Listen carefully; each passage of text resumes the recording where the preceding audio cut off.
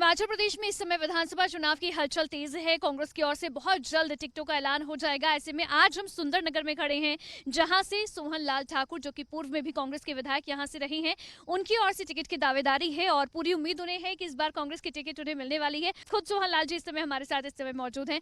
Sir, ticket की पूरी तरह से उम्मीद है आपको इस समय?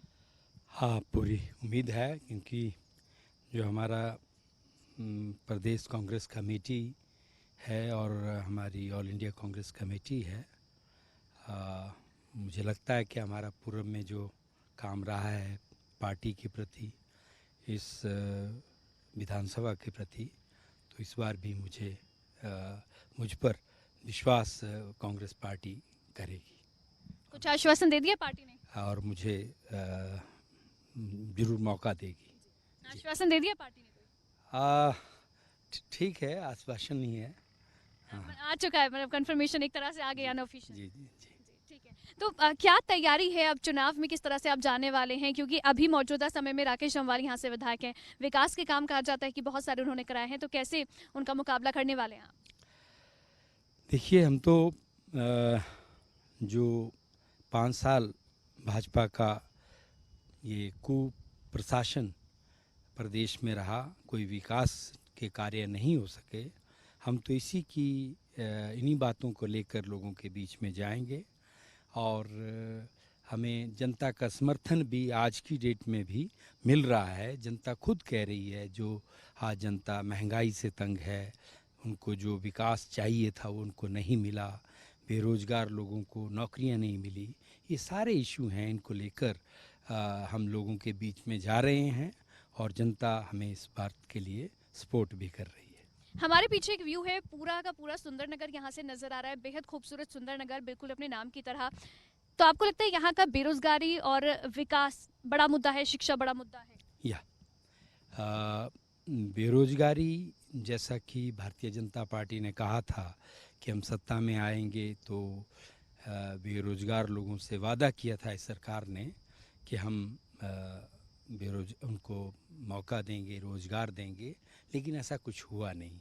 ये सारी बातें खोखली बातें रही और इन 5 सालों में कोई किसी भी बड़े पैमाने पे बेरोज़गारों को रोज़गार नहीं मिला, न ये सरकार दे पाई। एक 5B का मुद्दा आप उठा रहे हैं, क्या है 5B? 5B एक सुंदरनगर में मैं समझता हूँ कि अगर हमें मौका मिलता है तो सुंदरनगर की जनता को हम 5B से मुक्ति दिलाएंगे। ये 5B हैं: भ्रष्टाचार, जो बड़े पैमाने पे यहाँ हुआ है, भाई भतीजावाद हुआ है, सरकारी उसमें भ्रष्टाचार किया गया है कि जहाँ PWD का टेंडर बाद में निकला, काम पहले हो गया, अपने चेतों को काम दिए गए। भ्रष्टाचार के ऐसे बहुत सारे उदाहरण यहाँ हैं। तो एक तो हम भ्रष्टाचार से लोगों को मुक्ति दिलाएंगे। दूसरा, ये जो झील आप देख रहे हैं यहाँ, ये झील, इसका जो सोर्स है पानी का, ये मनाली से चलता है। तो मनाली से लेकर यहाँ तक जितना भी गंद है वो इसी में बहकर आता है और इसमें आए दिन मरे हुए जानवरों की लाशें इसमें देखी जाती हैं, आदमियों की लाशें होती हैं और इस तरह का पानी लोगों को पिलाया जा रहा है। तो हम इस BBMP के पानी से भी लोगों को राहत दिलाएंगे, ये वाला पानी लोगों को नहीं देंगे। और बीजेपी के इस शासन में यहाँ गुंडा राज पर पनपा है। सरकारी कर्मचारियों को ड्यूटी टाइम पे पीटा गया। अगर कोई पुलिस अधिकारी किसी का चालान करता है तो उसका तबादला हो जाता है।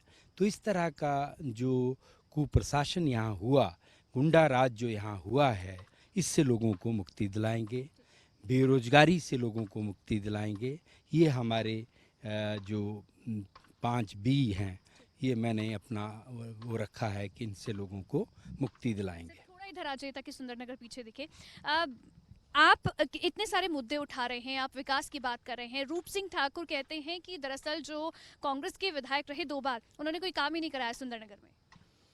देखिए, मैं तो कहूँगा अगर रूप सिंह जी ये बात कह रहे हैं तो उनको तो 6 बार की यहाँ की जनता ने मौका दिया था और वो अपने 6 साल के कार्यकाल में बहुत सारी हमारी ऐसी दुर्गम क्षेत्र की पंचायतें थी जिनको वो 6 बार के अपने टर्म में सड़कों से नहीं जोड़ पाए थे, जिसमें जैसे सेरीकोठी की सड़क है, वो दूरदराज का क्षेत्र उसको हमने सड़क से जोड़ा। बटवाड़ा एक ऐसा ही क्षेत्र था, वहाँ हमने सड़क पहुँचाई।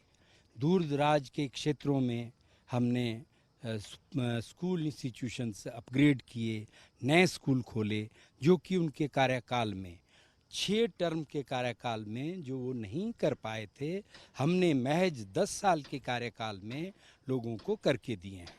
नीरी में जो 30 साल पहले एक सब तहसील हुआ करती थी, उसको हमने तहसील का दर्जा दिया। डहर में लोगों की बहुत पुरानी मांग थी कि हमें डहर जैसे क्षेत्र में जो 14-15 पंचायतें हमारी वहाँ आती हैं, लोगों की मांग थी कि वहाँ उनको तहसील दी जाए। हमने वहाँ तहसील दी। डहर में कॉलेज दिया, नीरी में दूर दराज के क्षेत्र में कॉलेज दिया, सरकारी क्षेत्र का पहला इंजीनियरिंग कॉलेज सुंदरनगर में खोला। ये वो काम हैं जो हमने अपने 10 साल के अवधि जब हमें मिली तब हमने किए हैं। रूप सिंह जी ऐसा कोई काम गिनाएं कि उन्होंने अपने कार्यकाल में किया? यहाँ मिनी सेक्रेटरीट हमने दिया। मदर एंड चाइल्ड हॉस्पिटल अगर सुंदरनगर में है तो कांग्रेस सरकार की देन रही है। हमारी केंद्रीय सरकार जो थी, जब गुलाम नबी आज़ाद जी केंद्रीय स्वास्थ्य मंत्री थे, उनके टाइम में हमें मंजूर हुआ। तो इस तरह से कार्य आप कह रहे हैं कि जो काम आपने सिर्फ 2 टर्म में करा दिया वो 6 साल में 6 साल में नहीं जो कराए। उससे और ज़्यादा ही वर्तमान सरकार में जो विधायक इस वक्त हैं, वो भी ऐसी एक भी उपलब्धि अपनी गिना दें तो हम मान जाएं। अच्छा, इस बार त्रिकोणीय मुकाबला है सुंदरनगर में जो बेहद दिलचस्प है, तो उसके लिए कितने तैयार हैं? कितनी बड़ी चुनौती होने वाली है? त्रिकोणी अभी तो चलो, अब इलेक्शन अनाउंस होता है, कौन आदमी नॉमिनेशन करता भी या नहीं करता है। वैसे ही अपनी पार्टी पे दबाव बना रहे हैं कि इस दबाव बनाने से हमें कुछ मिल जाए। जैसे कि पिछली बार भी रूप सिंह जी पूरे तैयार थे, पिछली बार वो खुद तैयार थे कि मैंने इलेक्शन लड़ना है, आखिर तक वो करते रहे। फिर बाद में जब उनको टिकट मिला तो वो उसमें कि हमें कोई औहदा मिल जाएगा तो शांत हो गए। औहदे का वादा भी किया गया होगा, वो मिला नहीं मिला वो जाने। इस बार भी शायद ऐसा ही है, नहीं है। लेकिन कांग्रेस पार्टी अपने चक्कर में रूप सिंह ठाकुर कह सकते हैं, हाँ, दूसरों के बारे में ज़्यादा टिप्पणी करनी नहीं चाहिए। लेकिन मैं ये कहना चाहता हूँ कि हिमाचल में और यहाँ जो इलेक्शन होगा, वो पूर्व में जो उपलब्धियां कांग्रेस पार्टी के कार्यकाल की रही हैं और वर्तमान सरकार जो विकास के कार्य करने में असफल रही है, उसके बीच में मुकाबला होगा।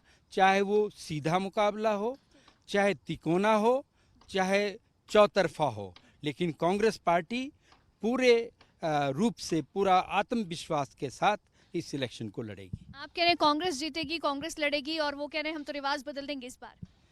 देखिए, अब जयराम जी सब जगह यही कहते हैं कि इस बार रिवाज बदलेगा, पर मुझे लगता है कि जो रिवाज बदलने की बात, नई नई बातें वो करते हैं, लेकिन असल में लोगों ने अपना मत स्पष्ट कर दिया है। जो हिमाचल प्रदेश में 8 महीने पहले उपचुनाव हुए थे, उन चुनावों के नतीजों को देखते हुए मेरे ख्याल से ये जो रिवाज और उसकी बात में लोगों को जयराम जी कहते फिरते हैं, ये सिर्फ लोगों को और क्या कहना है। उन्होंने 4 उपचुनाव हुए, 4 उपचुनाव कांग्रेस पार्टी ने जीते, और ये जो उपचुनाव थे, ये मैं कहता हूँ कि पूरे हिमाचल प्रदेश के उसमें हुआ है।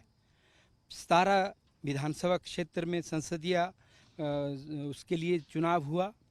उसके बाद 3 और विधानसभा क्षेत्रों में हुआ, जो कि हिमाचल, एक कांगड़ा में हुआ, एक शिमला में हुआ, एक सोलन में हुआ।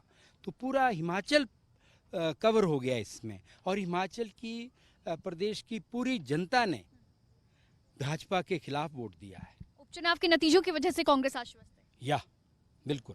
चलिए, बहुत बहुत शुभकामनाएं sir, and all the very best.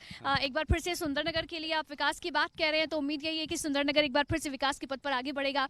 और ऑल द वेरी बेस्ट फिर से, क्योंकि इसके बाद अब चुनावों में जाने की तैयारी है, और उम्मीद करते हैं जो आप बात कह रहे हैं कांग्रेस की जीत की, वही नतीजों में भी स्पष्ट होगी। तो आप सुन रहे थे सोहन लाल ठाकुर को, जो कि कांग्रेस की तरफ से दरअसल उम्मीद यही है कि उन्हें इस बार यहाँ से कन्फर्म टिकट मिलने वाली है। देखते रहिए खबरें अभी तक। नमस्कार।